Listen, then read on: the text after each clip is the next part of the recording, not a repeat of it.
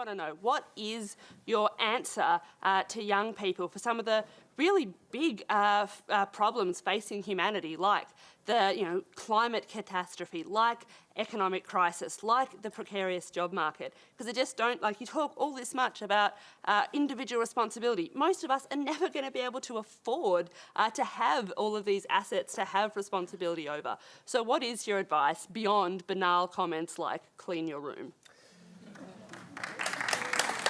Well, it's actually rather difficult to answer a question that ends with your comments are banal, politely.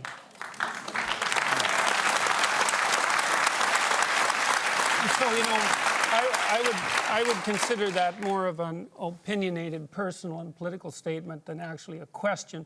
So why don't you try reformulating that so that there's an actual question there? What is your...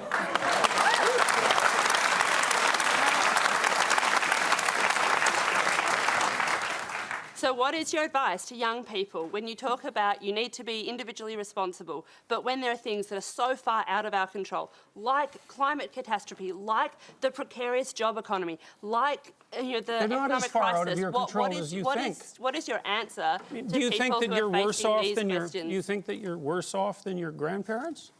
I think there are different challenges. Do you think you're worse off than your grandparents? I think that... Jordan, once again, we're not going to cross-examine our questioners. So try answering the question about collective responsibility on climate change, for example. Pick one part of that, because the argument, I think, is that individual responsibility does not change the climate, does not fix the problem that needs global collective responsibility. So I think that's the core of the question. Do you have a theory about that? Well, fundamentally, I'm a psychologist, and my experience has been that people can do a tremendous amount of good for themselves and for the people who are immediately around them by looking to their own inadequacies and their own flaws and the things that they're not doing in their lives and starting to build themselves up as more powerful individuals. And if they're capable of doing that, then they're capable of expanding their career. And if they're capable of expanding their career and their competence, then they're capable of taking their place in the community as effective leaders. And then they're capable of making wise decisions instead of unwise decisions when it comes to making collective political decisions. I'm not suggesting in the least, and have never suggested, that there's no domain for social action. I'm suggesting that people who don't have their own houses in order should be very careful before they go about reorganizing the world, which happens in many ways.